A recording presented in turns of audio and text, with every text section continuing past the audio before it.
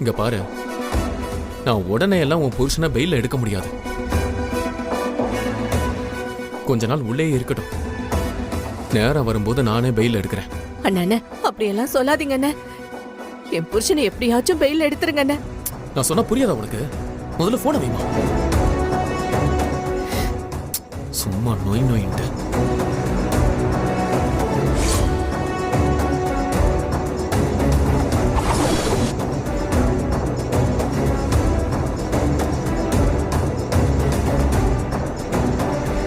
அட பாவி, அந்த நகையெல்லாம் திருடி பத்தர்கிட்ட கொடுத்தது நீதானா?